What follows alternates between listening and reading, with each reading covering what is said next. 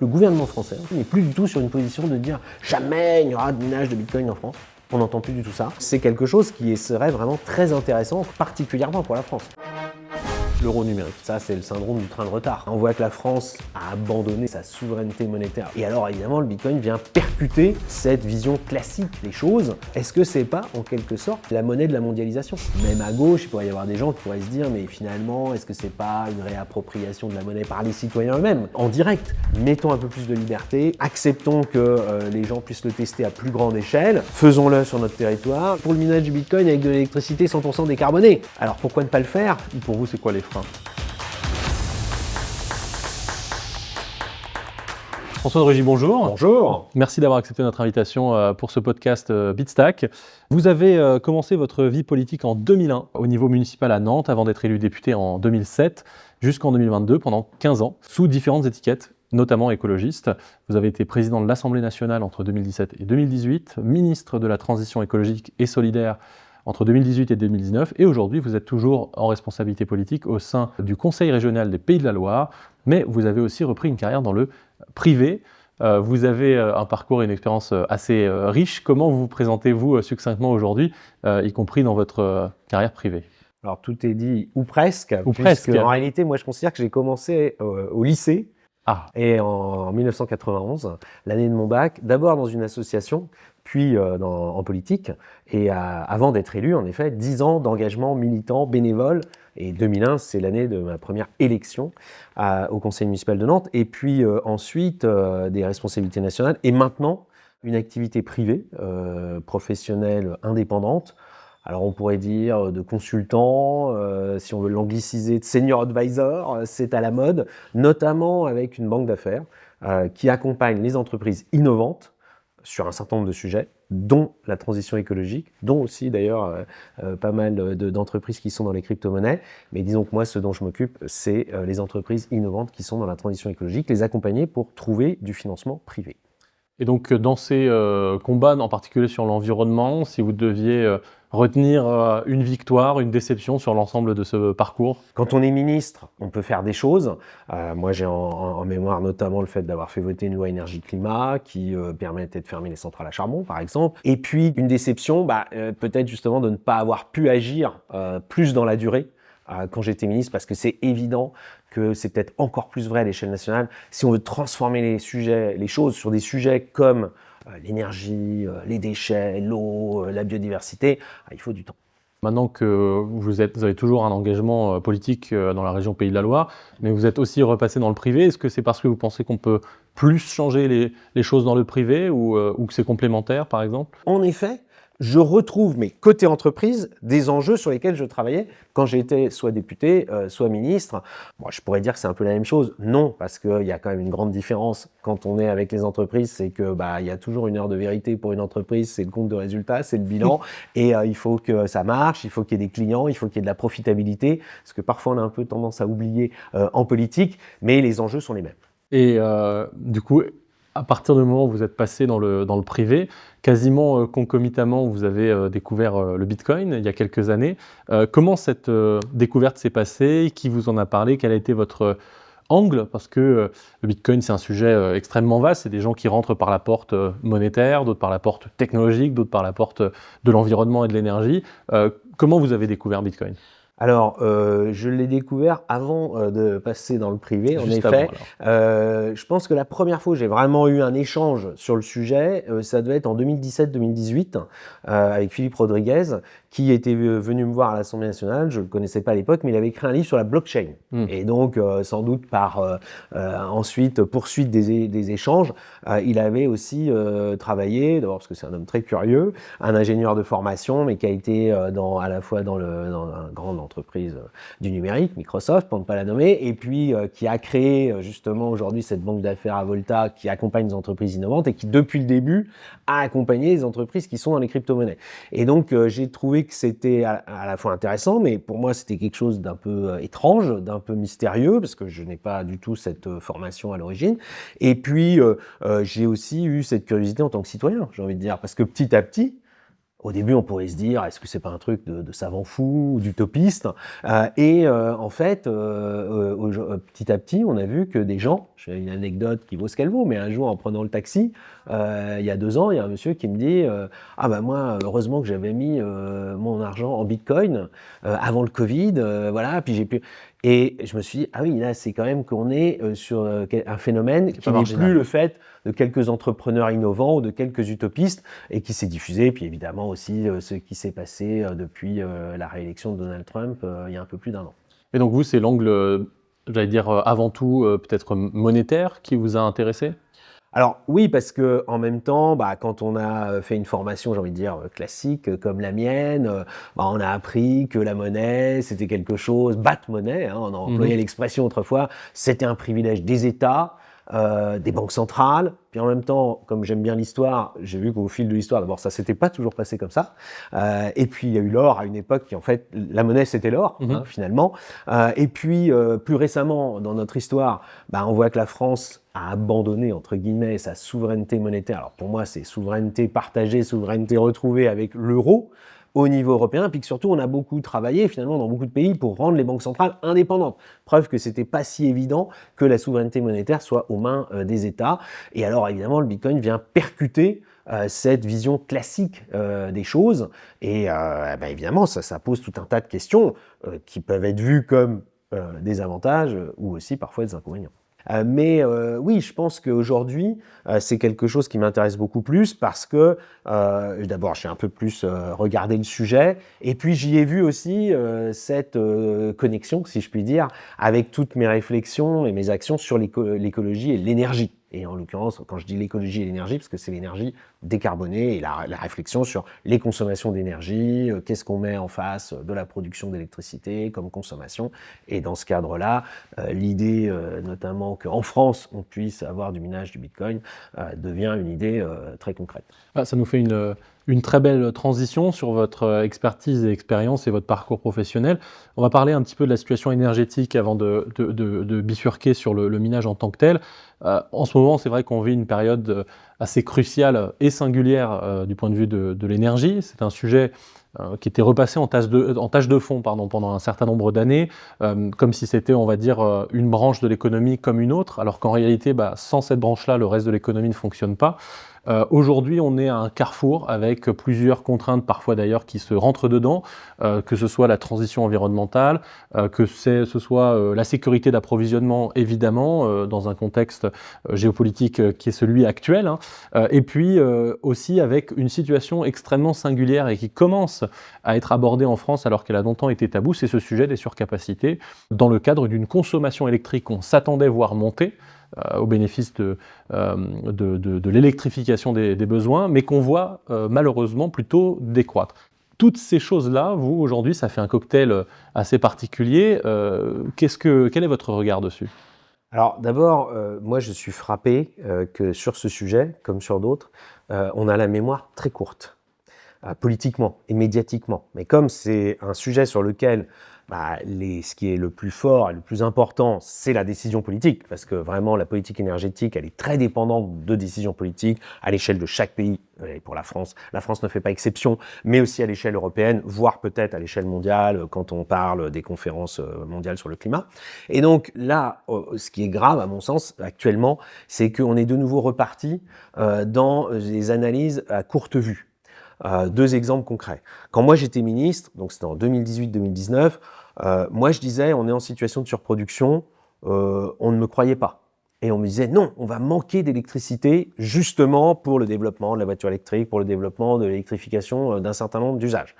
Et puis ensuite, on a connu la crise qui en fait en France a été double. Crise pétrolière, gazière, lorsqu'il y a eu la guerre russe en Ukraine, la flambée des cours du pétrole et du gaz partout dans le monde, et l'Europe n'y échappe pas.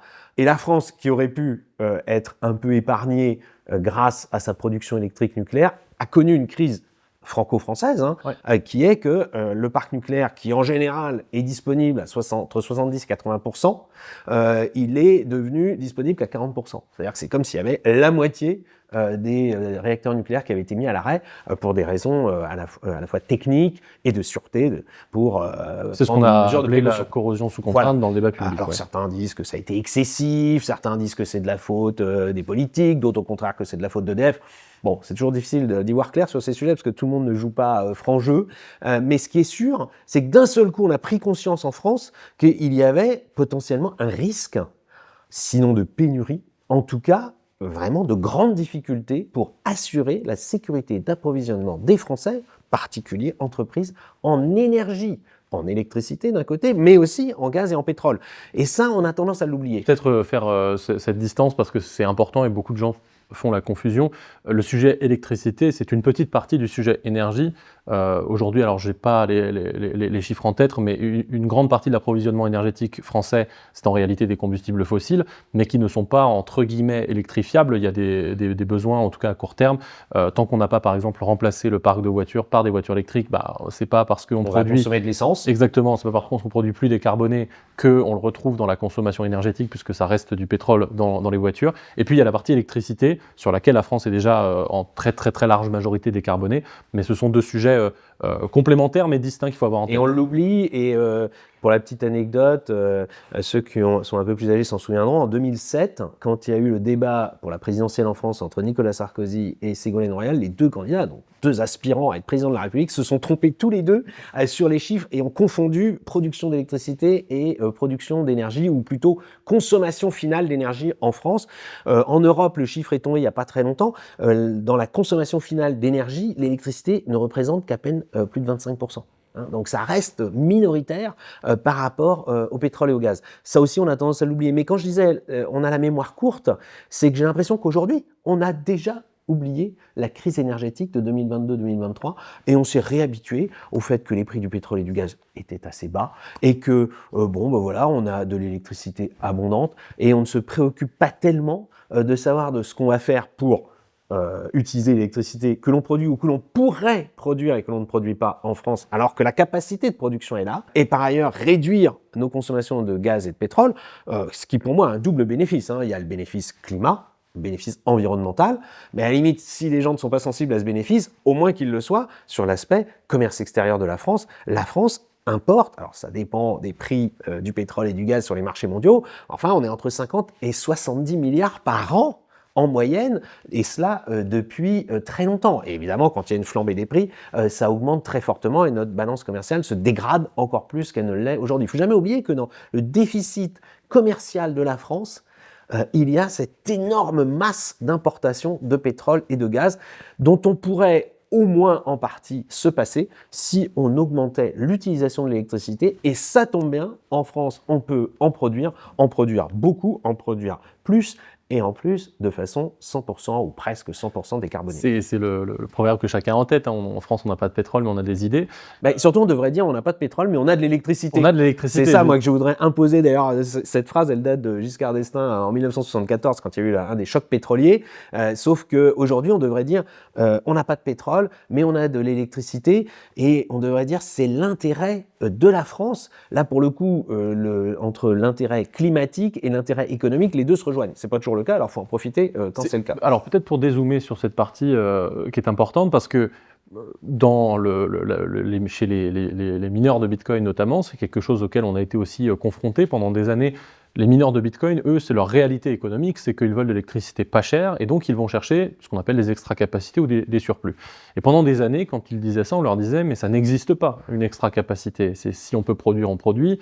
Si on ne peut pas consommer, on exporte. Et dans le pire des cas, ça veut dire qu'on a de la place pour créer un hôpital, une école, mais certainement pas pour miner du Bitcoin. » Comment on explique cette situation où maintenant c'est devenu un peu plus accepté de surcapacité structurelle? Qu'est-ce que ça veut dire concrètement? Pourquoi est-ce qu'on peut se dire comme ça, mais attendez, si on a des capacités électriques, pourquoi on ne les exploite pas? Qu'est-ce qui conduit à cette situation en France? Alors d'abord, c'est important de dire que c'est structurel, parce qu'il y a des gens qui nous regardent qui pourraient dire oui, mais d'accord, c'est là maintenant, 2025, 2024, mais ce sera peut-être plus le cas l'année prochaine ou dans 5 ans. Pourquoi c'est structurel? Parce que d'abord, on a une très grosse capacité de production d'électricité en France, c'est les réacteurs nucléaires. Ces réacteurs nucléaires, on peut prolonger, enfin, on s'est engagé dans le prolongement de leur durée de vie. Au départ, ils avaient été faits pour 40 ans, donc ils arriveraient pour la plupart, comme ils datent des années 80, 90, à échéance, et on a décidé de les prolonger jusqu'à 60 ans, et certains envisagent même au-delà. On a construit un nouvel très gros réacteur qui est l'EPR. Bon, il a encore un peu de mal à produire de façon continue, mais ça va être le cas. On a des ressources hydroélectriques. En France, on l'oublie, mais on les a depuis très longtemps, hein, pour certaines depuis une centaine d'années. On en a sur des barrages, dans les Alpes, dans les Pyrénées, dans la montagne, mais donc là, c'est des barrages où on stocke, donc où on peut y compris stocker l'énergie, mais on en a aussi au fil de l'eau, notamment sur le Rhône. Et puis, on a développé les énergies renouvelables. Ça a été plus long et plus tardif en France que chez nos voisins européens. On en avait moins besoin aussi, hein, il faut le dire, mais on l'a fait. Donc, là aussi, on a développé une capacité de production d'électricité par le solaire, par l'éolien, au point que comme en face, il n'y a pas eu une augmentation de la consommation, il y a même eu plutôt une baisse, hein, c'est un peu le comble, mais ça se comprend, hein, c'est-à-dire c'est l'efficacité énergétique, il faut s'en féliciter, hein, on a des appareils qui consomment moins, et puis là où c'est un peu plus problématique, c'est que c'est aussi souvent le signe d'une désindustrialisation, en tout cas d'une baisse d'activité qui consomme pas mal d'électricité. Donc on peut en France augmenter nos consommations d'électricité sans être en danger. D'ailleurs, ça me vient à dire souvent que la fameuse phrase que l'on voit, elle est même imposée dans beaucoup de publicités, l'énergie la moins chère est celle qu'on ne consomme pas. Eh bien, aujourd'hui, c'est faux. Hein, c'est-à-dire que il y a un certain nombre de domaines où il vaut mieux consommer de l'énergie si elle est électrique. Et par exemple, il vaut mieux faire des travaux pour concrètement changer sa chaudière. Si vous avez une chaudière à gaz, une chaudière au fioul, remplacez-la par une pompe à chaleur électrique. Vous n'aurez pas forcément fait d'économie d'énergie, mais en revanche, vous aurez eu un impact sur la décarbonation qui sera immédiat.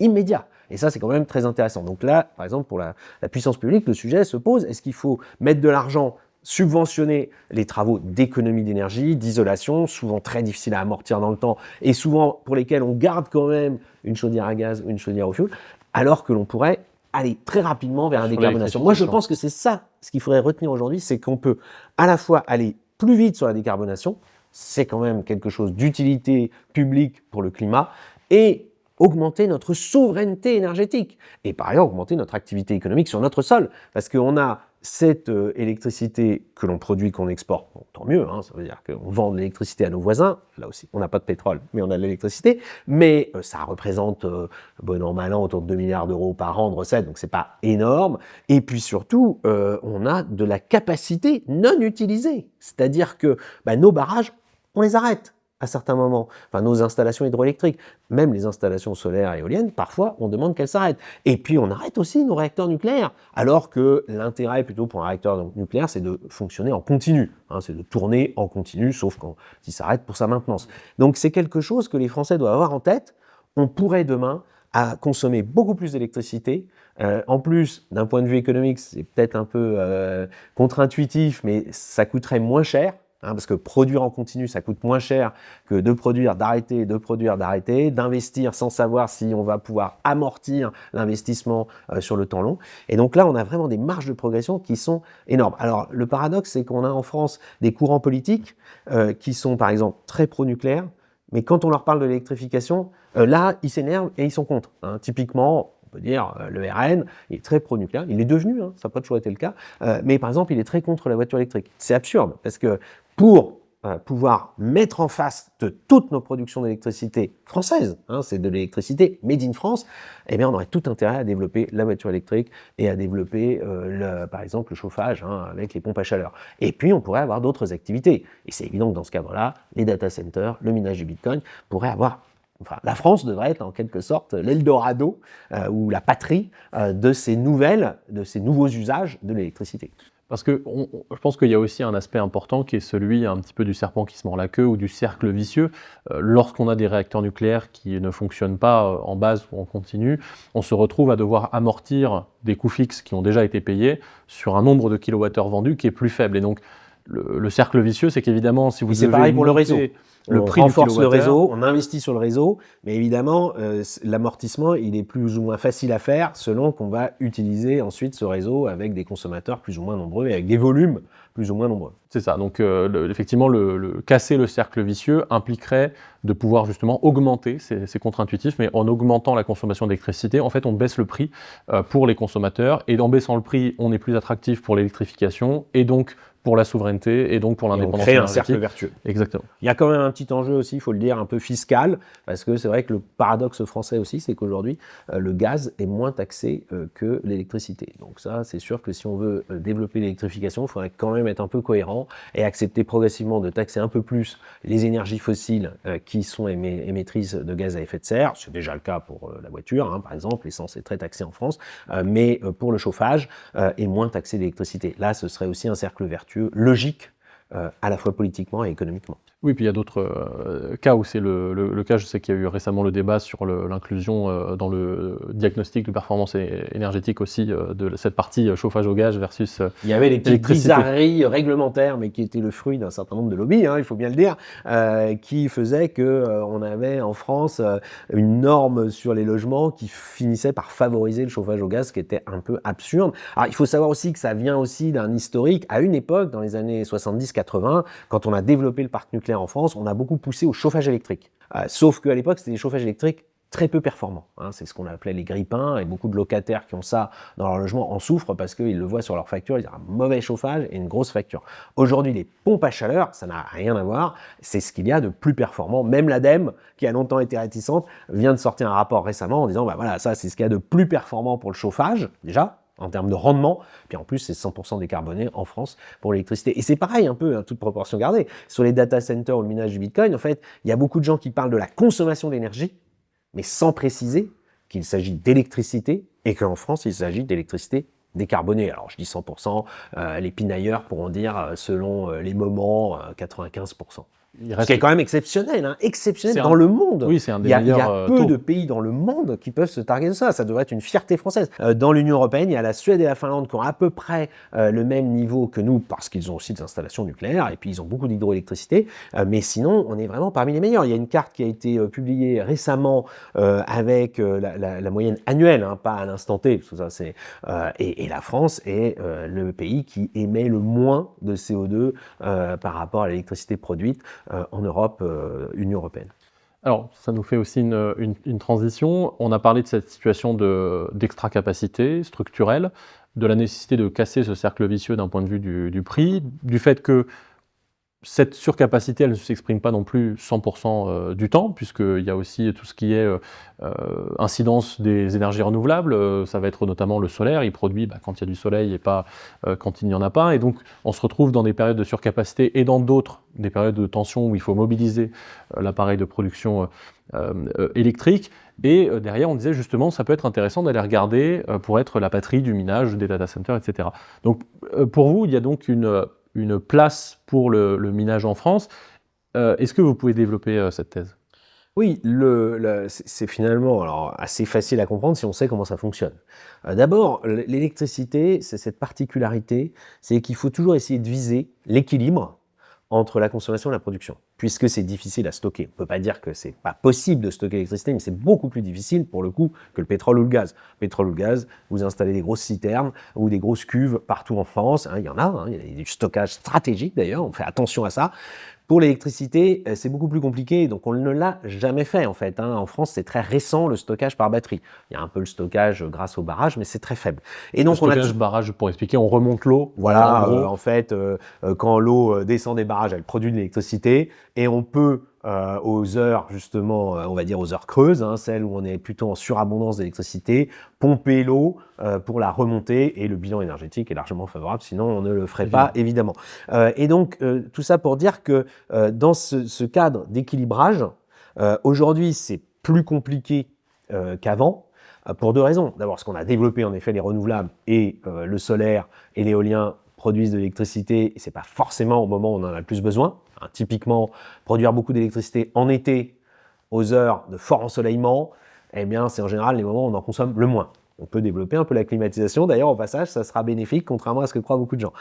Et puis, on avait autrefois beaucoup de centrales thermiques, il faut aussi le dire, des centrales au fioul, au gaz, petites ou grandes d'ailleurs. Il n'y avait pas que des grosses centrales, il y avait aussi des petites, un peu partout sur le territoire, et qui se déclenchaient quand, là, on avait des besoins d'électricité très fort à certains moments, la pointe en hiver. Centrale de pointe. Et ça, on l'a supprimé. EDF en a fermé énormément pour des raisons à la fois climatiques, mais aussi économiques. Et donc, c'est plus compliqué. Et dans ce cadre-là, le minage du Bitcoin, alors il faut faire la distinction, d'ailleurs, je pense, entre les data centers et le minage du Bitcoin. Les data centers, ils peuvent être utiles pour consommer de l'électricité en continu, pour être des gros consommateurs de base, on va dire. L'inconvénient, c'est qu'on ne peut pas les déconnecter, on ne peut pas leur demander de s'arrêter quand il y a une grosse pointe de production et que de consommation, que la production ne suit pas en hiver, notamment. D'autres consommateurs acceptent, il faut savoir que des gros industriels acceptent de s'arrêter temporairement pour contribuer à l'équilibrage du réseau. Voilà, ce qu'on appelle les électro-intensifs. Et puis, on a le minage du Bitcoin qui, lui, peut consommer de l'électricité en continu, mais aussi s'arrêter quasiment à la seconde, ce qui est rare. Il y a peu de consommation que l'on peut arrêter comme ça à la seconde, et donc qui pourrait être une contribution vraiment très utile à l'équilibrage du réseau. C'est un peu technique comme expression, mais vraiment cette idée qu'on recherche toujours l'équilibre entre la consommation et la production.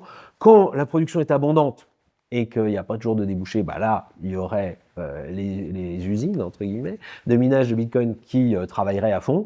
Et puis, quand on aurait des problèmes, au contraire, pour alimenter en électricité tout le monde, les périodes de pointe en hiver, ça pourrait s'arrêter. Donc, c'est quelque chose qui serait vraiment très intéressant, encore une fois, pour la France. Particulièrement pour la France, puisqu'on a cette surcapacité, cette capacité à produire plus que ce qu'on pourrait faire aujourd'hui. On a des périodes, là aussi, ça commence simplement à être connu, des périodes de prix négatifs. Ça paraît un peu bizarre, mais comment ça c'est possible? C'est pas possible, du prix négatif. Si, il y a des moments où il y a tellement d'électricité sur le marché, tout le monde met de l'électricité au même moment, un moment où la demande est faible, les prix finissent par être négatifs. Alors pour ceux qui veulent stocker, c'est bien, mais enfin c'est limité, vous ne pouvez pas stocker beaucoup plus que quelques heures de production. Aujourd'hui, avec les installations de stockage, ça pourrait aussi être évidemment intéressant pour le minage du Bitcoin. Aujourd'hui, malheureusement, en tout cas, ce n'est pas encore développé. Pour vous, c'est quoi les freins ? Moi, je me dis, mais c'est une analyse politique, que les freins, comme souvent, ils sont là, c'est-à-dire qu'ils sont un peu dans les têtes, et donc comme ils sont dans les têtes, ils se retrouvent dans les règles. En Europe, mais c'est une réflexion peut-être un peu plus générale, si on prend un peu de recul, je pense qu'en Europe, on reste une terre des pays d'innovation au sens scientifique, au sens recherche scientifique. On a plein de labos de recherche, publics et privés, on a de la matière grise. On a des gens qui sont formés pour ça, qui font des études très longues à l'université, dans les écoles d'ingénieurs. En France particulièrement d'ailleurs, on nous les envie, plutôt d'ailleurs en Europe et dans le monde. On a un soutien à l'innovation souvent, on va dire au début. C'est-à-dire, oui, on a du financement public, du financement privé aussi, je peux en parler, c'est mon métier aujourd'hui, pour les entreprises innovantes. Tant mieux, tant mieux. Sauf que là où souvent on ne franchit pas le pas, où ça coince, c'est quand il s'agit d'aller sur le marché. Est-ce que les Anglais et les Américains, le go-to-market, et pourtant dans une entreprise c'est fondamental, parce que si vous avez un labo de recherche qui s'est créé une entreprise, qu'elle met en œuvre, l'innovation technologique, elle veut la mettre en œuvre, si en revanche, là, les portes du marché se ferment, et ce qu'on voit souvent en Europe, pas qu'en France, c'est vraiment quelque chose d'européen, c'est cette grande frilosité par rapport à l'innovation technologique. Alors qu'on l'a dans nos labos, mais lorsqu'il s'agit de la diffuser, on pense tout de suite au risque. C'est vraiment quelque chose qui me frappe, quel que soit le sujet. L'IA, on dit, ah oui, non mais si vous parlez à n'importe qui de l'IA, moi j'ai interrogé un jour pour une émission que je fais sur ma chaîne YouTube et si l'économie sauvait l'écologie, j'ai interrogé Agnès Pannier-Runacher qui était ministre à l'époque. Je lui ai dit, quelle est votre première réaction sur l'IA?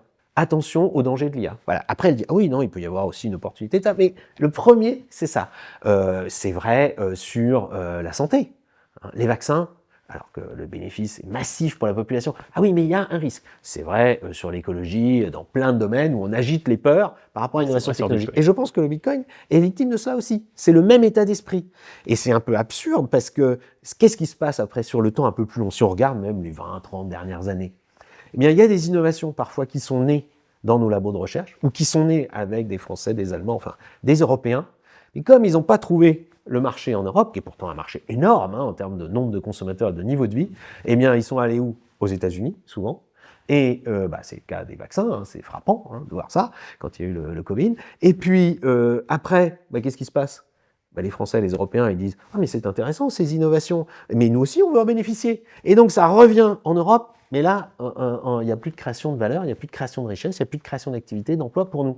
Et je crains qu'il se passe la même chose sur le Bitcoin, c'est-à-dire qu'on dise ah non, on freine, puis un jour on dit « Ah mais en fait c'est intéressant ce qui se passe aux États-Unis, ce qui se passe dans d'autres pays, nous aussi on voudrait en bénéficier », que ça vienne d'ailleurs des citoyens, et qu'à ce moment-là, en fait, on l'aura fait, mais ailleurs. Ce qui est vraiment absurde d'un point de vue économique, d'un point de vue de bon sens et d'un point de vue de création de valeur, si on peut dire, pour nos territoires, donc pour nos concitoyens. Pour vous, le frein principal, il est politique. Est-ce qu'il y a une mesure à prendre pour débloquer la situation sur le minage en France, par exemple ? J'ai envie de dire, comme dans d'autres domaines, mettons un peu plus de liberté. Alors en France, si on parle de libéralisation, tout de suite, il y a plein de gens qui se mettent en alerte, parce que en France, c'est mal porté d'être libéral. D'ailleurs, je pense qu'on est un peu schizophrène, parce qu'on ne veut pas du libéralisme économique, de façon concrète, et donc en effet on met tout un tas de règles, beaucoup de taxes, etc. Mais en revanche on veut pouvoir bénéficier quand même des avantages du libéralisme économique, c'est-à-dire la concurrence, il est très bien, mais votre tablette qui vient de Chine, mais elle est très bien, mais moi aussi je vais en acheter, et là on se préoccupe pas d'où ça vient, de comment c'est produit, etc. Là d'un seul coup, alors là c'est la schizophrénie totale, toutes les craintes qu'on a quand on veut produire sur notre territoire, quand on veut développer des technologies, mais là d'un seul coup, on les oublie d'ailleurs. C'est frappant de voir, par exemple, le courant écolo que je connais bien. Les écolos en France, ils sont tout le temps en train d'être contre l'IA, d'être contre le numérique. Ils étaient contre la 5G, on l'a oublié, il y a 5-6 ans, quand ils se présentaient au municipal, ils disaient pas de 5G sur nos territoires. Bon. Et eux, ils sont tout le temps sur leur smartphone, sur leurs iPhones, ils utilisent ça à fond, comme tout le monde, pour faire des publications sur les réseaux sociaux, pour communiquer, etc.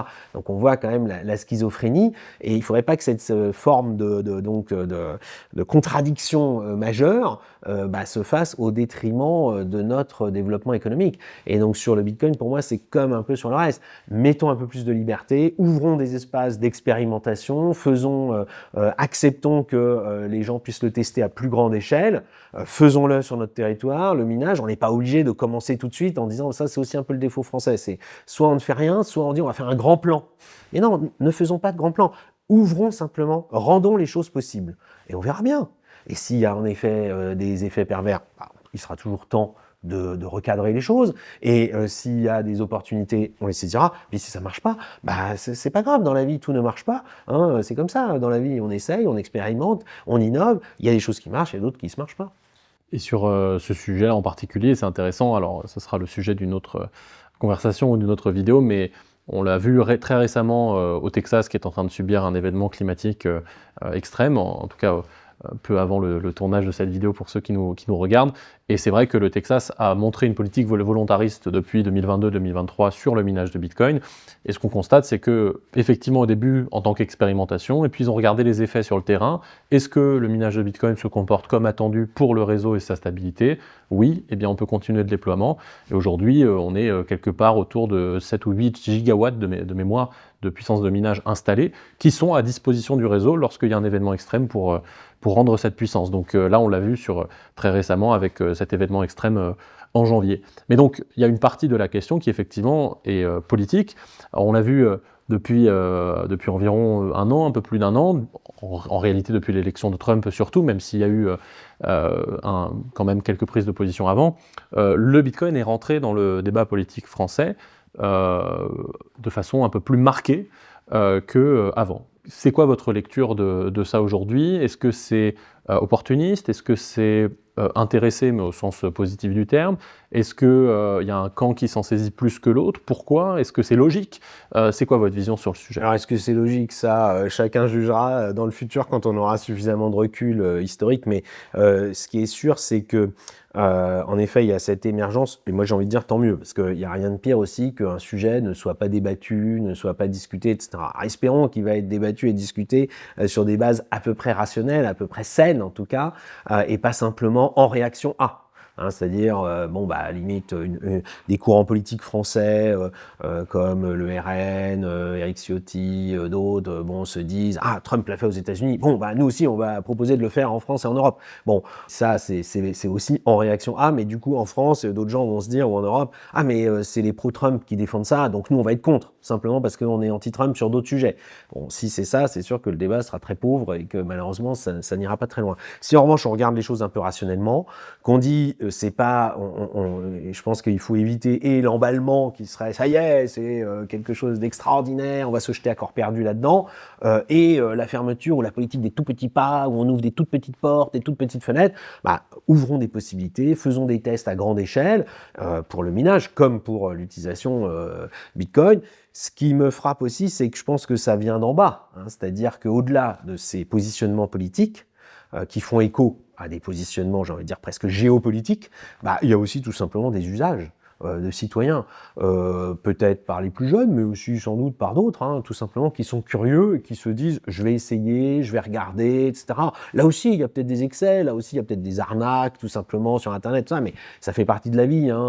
Dans plein de domaines, il y a des choses bien qui sont détournées et qui peuvent faire l'objet d'arnaques. Donc, c'est pas ça qui doit nous empêcher d'ouvrir, encore une fois, des possibles. Et on devrait le faire à l'échelle française, mais aussi à l'échelle européenne, c'est évident. Et j'espère que la première réaction, on a bien vu ces dernières années, des banques centrales, on va dire des autorités monétaires qui sont à la fois donc indépendantes, même si elles sont toujours nommées quand même par le pouvoir politique, et puis elles sont toujours en lien avec le pouvoir politique. On voit d'ailleurs les interactions aux États-Unis entre la Fed et le président Trump. Et bien que tout cet écosystème, on va dire, autour de la monnaie, qui est à la fois politique et économique, lui aussi va se montrer un peu plus ouvert et va être moins arc-bouté sur la tradition de la monnaie étatique ou aujourd'hui européenne, mais dans la même logique que la monnaie étatique. D'ailleurs, c'est paradoxal aussi et intéressant. Moi, je trouve ça toujours intéressant intellectuellement de voir que en France, paradoxalement, c'est les courants souverainistes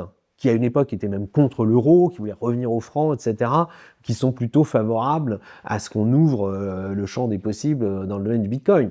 Je pense que ceux qui sont plus libéraux devraient aussi être pour. Et puis même à gauche, il pourrait y avoir des gens qui pourraient se dire, mais finalement, est-ce que c'est pas une réappropriation de la monnaie par les citoyens eux-mêmes, en direct, sans un intermédiaire, etc.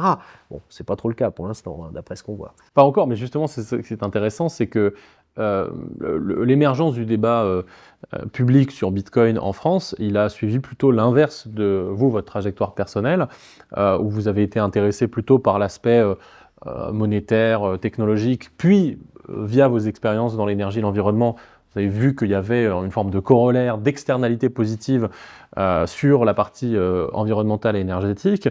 Dans le débat public, on a l'impression qu'en France, qui a un trope plutôt étatiste dans la classe politique, la partie monétaire est taboue. Et donc, elle a beau toquer à la porte depuis un certain nombre d'années, c'est plutôt quelque chose qui est mis de côté dans le débat public. En revanche, la partie énergétique est peut-être à la faveur de toute la conversation qu'il y a eu, notamment depuis l'an dernier, sur la cession de la filiale de EDF à un mineur de Bitcoin américain. C'est plutôt ça qui a mis le Bitcoin dans la conversation politique en France et qui continue aujourd'hui d'avoir une conséquence, notamment sur la gauche. On l'a dit tout à l'heure, à gauche, il y a des courants, en tout cas historiquement plutôt libertaires, proches des libertés au sens individuel, de l'organisation, de l'auto-organisation. Mais aujourd'hui, quand on regarde le spectre politique, la gauche a mis beaucoup plus de temps à se positionner sur le sujet Bitcoin et reste aujourd'hui en partie hostile, en particulier dans les mouvements environnementaux, parce qu'ils ont vu cette chose depuis quelques années, qui a été cette couverture médiatique, Bitcoin consomme, Bitcoin c'est affreux. Vous venez de là, vous venez de la gauche, on l'a rappelé tout à l'heure, votre parcours politique c'était plutôt du côté de l'écologie, de l'engagement chez les Verts, Europe Écologie Les Verts, etc. Comment vous expliquez ça? Comment vous expliquez cette scission, entre guillemets, entre ce qui pourrait ressembler quand même à un outil monétaire et environnemental qui coche un certain nombre de cases dans les combats à gauche, et cette défiance qu'on a pu constater, en tout cas jusqu'à présent.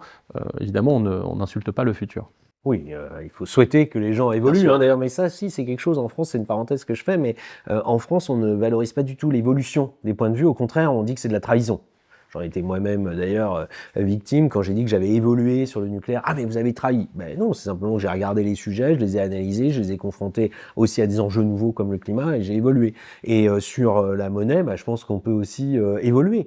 Ce qui, je pense, en revanche, fait que pour l'instant, la gauche française et européenne, et notamment les écologistes, ils sont assez hostiles au Bitcoin, c'est que, ils sont, j'ai envie de dire, redevenus ou devenus très étatistes. C'est-à-dire que à gauche, il y a toujours eu un débat. Hein. On se souvient à une époque, Mitterrand, Rocard, etc.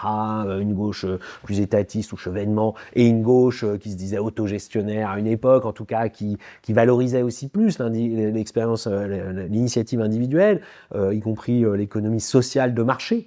En France, finalement, la vision étatiste l'a emporté, ou la vision aussi très où on veut tout réglementer, hein, où on veut mettre vraiment des règles sur tout, et finalement le combat politique se résume à toujours mettre des règles et des taxes en plus. On l'a encore vu sur les débats budgétaires. Puis au-delà de ça, je pense que la gauche française et européenne d'ailleurs, et notamment alors les écolos sont à la pointe de ça, malheureusement sont devenus hostiles au progrès technologique. Alors ça c'est quand même un renversement de l'histoire parce que historiquement, c'était la gauche qui poussait le progrès technologique et qui pensait que c'était le progrès par la science, par la raison, qui était rationaliste, etc., par opposition à l'obscurantisme religieux, qui disait, nous, on va pousser tout ça qui va permettre d'émanciper les individus et qui va leur permettre de bénéficier, et on va faire en sorte d'ailleurs que ce progrès bénéficie à tout le monde.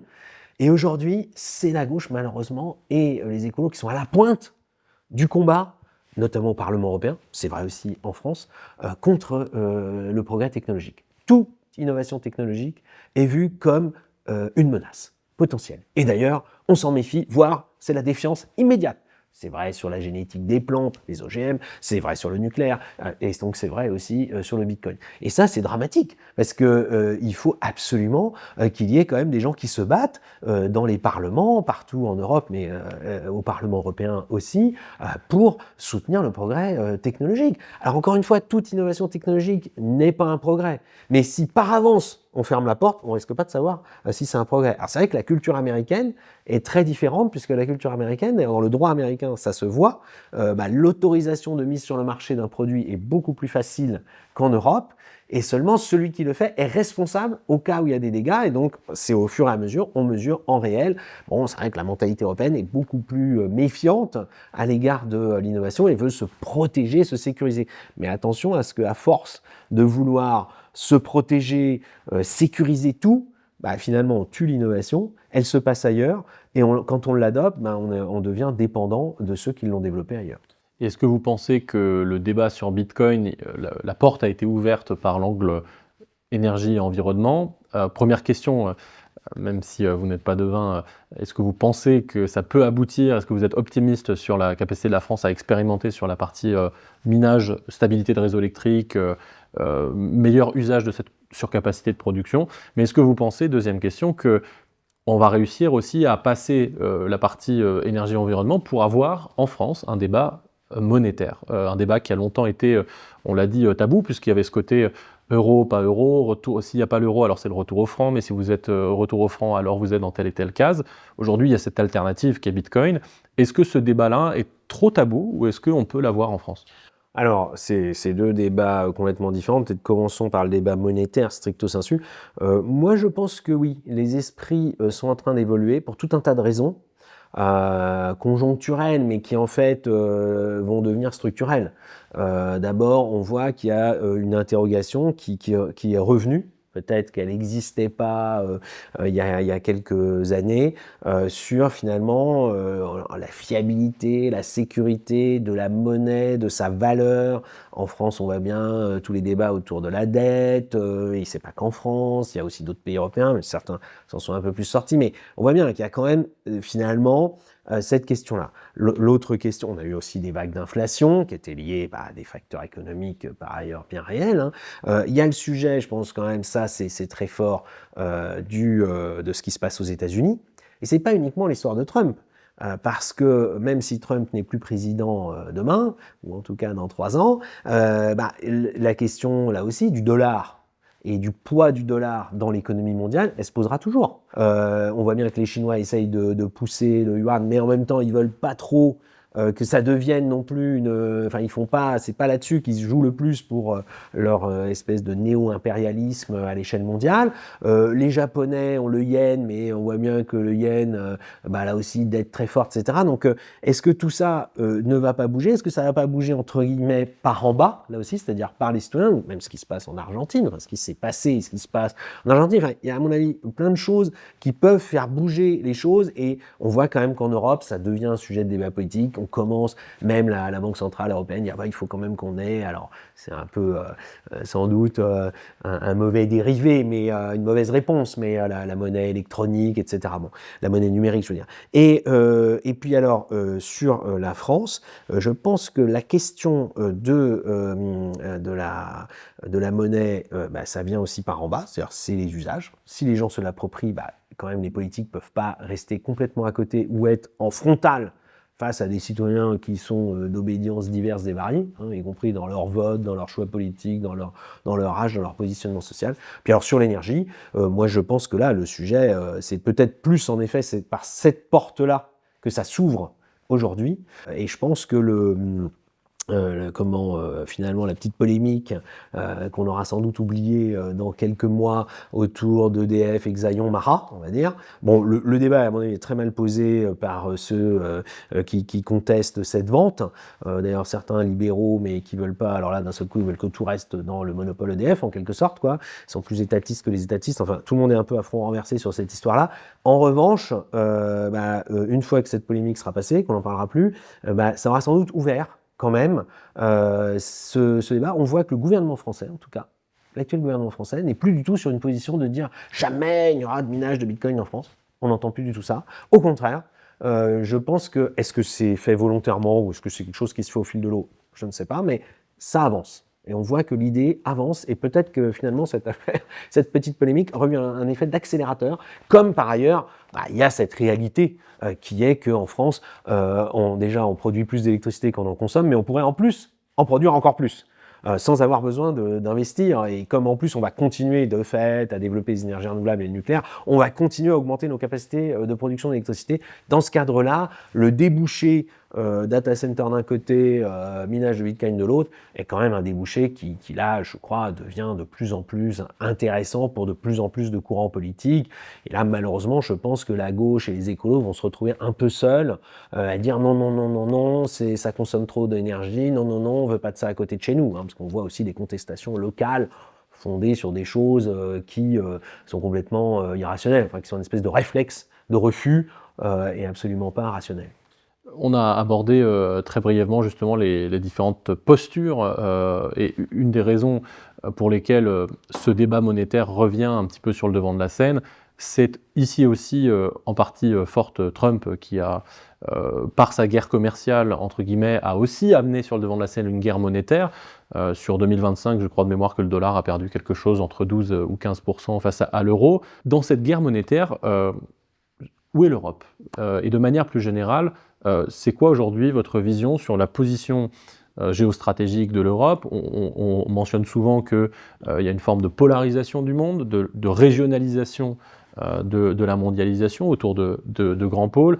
De façon rapide, les États-Unis, la Chine, l'Europe sont des pôles majeurs. Les États-Unis sur Bitcoin, aujourd'hui, donc Trump a interdit l'émission d'un dollar numérique par la Fed, a créé une réserve stratégique de Bitcoin, témoigne d'un certain volontarisme réglementaire pour rendre le pays attractif. En Chine, on voit que c'est un peu... on souffle le chaud et le froid, on interdit, mais on veut quand même regarder comment ça se passe.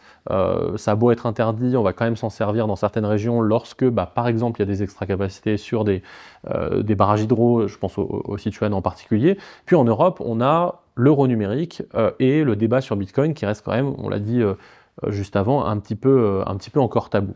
Où se situe l'Europe de manière générale dans cette course? Est-ce que cette position sur Bitcoin elle est symptomatique d'une position plus générale de l'Europe par rapport, on l'a dit, à l'innovation ou à un positionnement géostratégique de manière générale?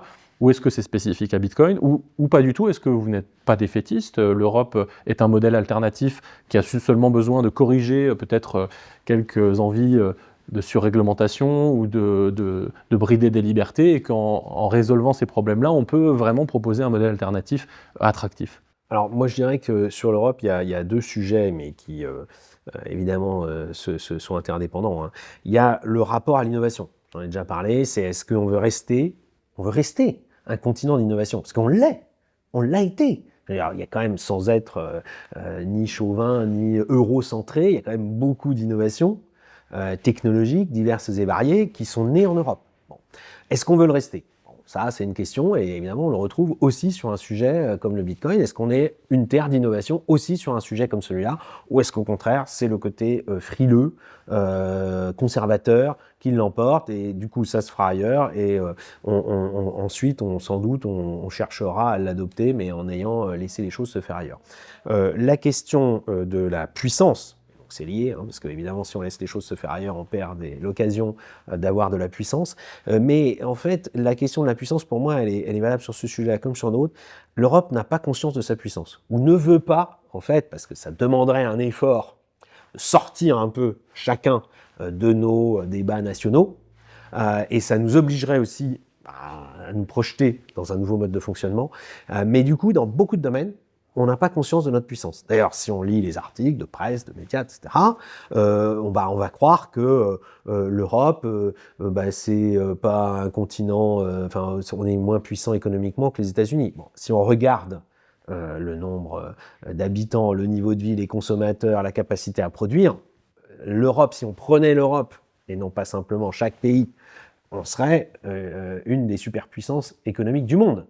Je ne parle même pas de l'aspect militaire, c'est plus compliqué évidemment de mettre tout le monde d'un seul coup dans une seule armée. Mais en revanche, quand même, de se dire on fait des choses ensemble et on pèse du coup dans la mondialisation, c'est quand même d'abord une des raisons d'être de l'Union européenne, hein, parce que sinon je pense que chacun aurait continué. On voit bien que le Brexit, les Britanniques ont été tentés de dire on va le faire tout seul.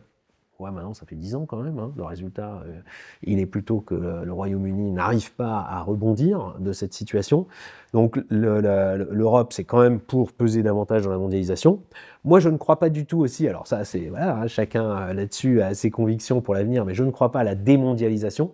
Je pense que ça, c'est une fable de gens qui, dans le fond, sont nostalgiques d'une période où il n'y avait pas de pays émergents, où il n'y avait pas la puissance chinoise, où il n'y avait pas l'émergence future ou déjà actuelle de l'Inde, du Brésil, de l'Amérique du Sud, etc. Ils pensent qu'on va pouvoir revenir, alors peut-être plus aux États-nations, mais à des continents. Hein, mais en même temps, parfois, c'est les mêmes qui sont contre la structuration européenne, qui pourtant aurait une logique de continent. Moi, je pense que la mondialisation va se poursuivre parce que les gens le veulent, en fait. Hein. Bien sûr, il y a du positif et du négatif, mais quand on fait la balance, en termes d'enrichissement, à tous les points de vue d'ailleurs, pour moi, la balance pèse du côté positif. Et de ce point de vue-là, je pense que la question du Bitcoin va aussi se poser sur cet aspect-là. Est-ce que c'est pas, en quelque sorte, peut-être un peu provocateur ou utopiste de dire ça, mais la monnaie de la mondialisation. C'est-à-dire justement de se dire que l'on soit en Amérique du Sud, en Afrique, en Asie, en Europe, en Amérique du Nord ou ailleurs, on ne veut plus justement être dépendant de ces espèces de bras de fer politiques, ou on va dire, de puissances monétaires qui se sont construites au fil de l'histoire, mais qui peuvent s'effriter, ou tout simplement d'ailleurs aussi ces variations de taux de change. Hein, on parle de l'Europe et de l'euro et du dollar. Et donc, finalement, il y a quelque chose d'autre qui ne va pas forcément remplacer les monnaies comme l'euro et le dollar, en tout cas pas pour tout le monde tout de suite et dans tous les usages, mais qui pourrait être une façon d'avoir toujours cette opportunité, de saisir les opportunités de la mondialisation sans être dépendant de ces variations monétaires. Bon, c'est peut-être un peu utopique ce que je dis, quand même, les réflexions sur une monnaie mondiale ou sur une sorte de référence. D'ailleurs, il ne faut jamais oublier que l'euro, avant d'être l'euro, c'était un système monétaire européen. Moi, quand j'étais étudiant à Sciences Po, on m'avait fait faire un exposé un jour sur justement, y aura-t-il une monnaie mondiale Keynes avait travaillé là-dessus. Et en effet, les accords de Bretton Woods après la Deuxième Guerre mondiale, ils se sont faits aussi sur ce débat-là. Donc, et le fait, d'ailleurs, c'est drôle aussi dans l'histoire pas si ancienne, qu'on ait déconnecté la monnaie des réserves d'or. alors que pendant longtemps, en fait, la monnaie, c'était l'or, finalement. Hein. Et d'ailleurs, moi, je me souviens aussi dans mes cours d'histoire, on a oublié que quand il y a eu la conquête de l'Amérique, un des premiers effets de la conquête de l'Amérique par les Européens, c'est que ça a fait venir de l'or en Europe et que ça a créé une crise inflationniste. Parce qu'en fait, il y avait beaucoup d'or, et donc il y avait des gens qui pouvaient faire monter les prix. On a fait des monnaies ensuite, par État, etc. Est-ce que cette réflexion aussi plus large et un peu prospective, moi j'ai pas de certitude sur l'avenir, elle va pas amener à ça. Puis comme je suis un incurable optimiste par ailleurs, je ne veux pas me résoudre à l'idée que l'Europe définitivement soit décroche, comme on le dit, soit devienne un continent tellement frileux et conservateur que les innovations se passent toujours ailleurs. Pour rebondir sur le point d'avant et donner un peu de perspective, parce que c'est assez drôle, mais effectivement, le siècle qui a suivi la découverte de l'Amérique et le rapatriement d'énormément d'or et d'argent en Europe a pris a posteriori le nom, comme période historique, de siècle de la révolution des prix. Et quand on regarde a posteriori à quoi ça correspond, cette révolution des prix, en fait, on se rend compte que ça correspond à une inflation de 2% par an. Et aujourd'hui, 2% par an, c'est la cible, c'est la normalité. Considéré comme faible. Voilà, dans la réalité, nous vivons aujourd'hui une révolution des prix. C'est juste qu'on l'a vraiment mise comme la normalité et non plus comme quelque chose d'absolument exceptionnel. Normalement, un prix, c'est stable, ça n'a pas à augmenter de 2% par an. Mais donc vous êtes plutôt dans un scénario c'est-à-dire de cohabitation, sans connotation politique évidemment, mais de cohabitation Bitcoin comme une forme de monnaie de la mondialisation, peut-être étalon de mesure, ou en tout cas étalon de valeur. Monnaie indépendante. Non manipulable, exactement. Voilà, ça, c'est pas que. Donc ça, c'est pas ça peut exister même s'il y avait une forme de démondialisation. Et donc vous êtes plutôt dans la cohabitation que dans le remplacement, dans le fait qu'il y a une substitution. Je pense que les changements, moi je disais ça quand j'étais élu local, mais je crois que c'est vrai à toute échelle, les changements profonds et durables, en réalité, c'est les changements progressifs. C'est très rare qu'un changement brutal produise des effets profonds et durables. Souvent, les changements brutaux, il y a un contre-changement. D'ailleurs, on dit la révolution, et c'est drôle d'ailleurs, parce que la révolution, normalement, c'est un tour complet. Donc, ça veut dire qu'on va dans un sens, mais finalement, on revient au point de départ. On va pas faire un débat sur révolution et réforme, mais je crois plus à la réforme, en l'occurrence, c'est-à-dire au changement progressif, mais qui, en réalité, dans le temps, durent beaucoup plus longtemps et sont beaucoup plus profonds. Donc peut-être, mais encore une fois, moi je ne suis pas devin, donc je ne cherche pas à dire, voilà, ça va se passer comme ça. C'est comme l'énergie, on peut dire comment ça peut se passer dans les 5 ou 10 ans, si vraiment il y a une innovation de rupture, technologique de rupture dans 10 ans, la donne aura changé. Mais en revanche, ce que je sais, c'est que politiquement, on ne peut pas fonder une politique sur les 5 ans qui viennent. Un mandat, normalement, ça dure 5 ans, enfin, normalement. Parce qu'en France, malheureusement, on est rentré dans une phase de grande instabilité et de manque de visibilité. Mais là, on ne peut pas fonder les choses sur l'idée qu'il y a une innovation de rupture qui va tout balayer. De même que je ne crois pas plus au fait que l'IA va tout bouleverser, tout balayer en très peu de temps. Ça accélère les choses, ça va bouleverser beaucoup de choses, mais c'est pas pour ça que tous les emplois de col blanc vont disparaître, comme à une époque on pensait que tous les emplois de col bleu allaient disparaître, et ainsi de suite, quoi. Je pense qu'il faut quand même garder un peu le sens de la mesure sur les évolutions dans le temps historique. Puis par ailleurs, sur un sujet comme la monnaie, il y a un tel niveau aussi d'importance de la décision politique que ça se fait pas en un jour. Il y a la question de la confiance aussi. Finalement, la monnaie, c'est la confiance. On disait d'ailleurs autrefois la fiducie, et la fiducie, c'est ça que ça veut dire. Et donc, oui, les gens, forcément, aujourd'hui, ils se posent des questions. Même les gens intéressés par le Bitcoin, oui, mais quand même, est-ce que c'est fiable dans le temps? Est-ce que je ne vais pas, entre guillemets, me faire avoir? Donc, ça se construit pas en un jour. Non, c'est sûr, c'est plutôt, pour certains, c'est une affaire générationnelle en réalité, le Bitcoin. Après, chacun, évidemment, a sa Oui, c'est là que propre quand vision même, des choses. quand on parle de génération, ça dépend ce qu'on appelle, avant on disait c'était 25 ans, à peu près une génération, mais c'est là qu'en effet, on vit peut-être une période historique où il y a des accélérations. Les changements se font sur des temps plus courts via la technologie. Et donc là, on a beaucoup parlé de la partie appropriation par les citoyens de cet étalon non manipulable pour la mondialisation, avec des bénéfices en termes de pratiques, frais de transaction, délai de transaction, etc. Est-ce que vous avez aussi en tête des avantages géopolitiques? On parlait de cette divergence, ou en tout cas de cette forme de régionalisation, d'un retour d'un certain nombre de conflits. Est-ce qu'il peut aussi y avoir des avantages géopolitiques à avoir un retour à un étalon or mais numérique, ou est-ce que pour vous c'est vraiment plutôt quelque chose de l'affaire de la protection du patrimoine ou des choses comme ça? Là aussi, c'est un peu difficile à dire, puisqu'on en est encore finalement, peut-être pas dans les balbutiements, mais dans les débuts. Moi, j'aurais tendance à dire, là aussi, il y a deux réactions. Quand il y a quelque chose qui émerge, et qui émerge un peu plus à un endroit qu'à un autre. Là, en l'occurrence, on peut dire un peu plus aux États-Unis, parce qu'en plus, maintenant, c'est poussé même par le président des États-Unis, donc la plus haute autorité politique des États-Unis. On peut se dire, nous, on n'en veut pas. Nous, on mange pas de ce pain-là, donc non seulement on va lutter contre, mais on ne va pas l'utiliser, on ne va pas... Mais finalement, on peut dire que c'est un peu la même chose sur la défense. Trump dit qu'il va annexer le Groenland, lapsus révélateur, et il dit « je vais annexer le Groenland », on peut avoir deux réactions.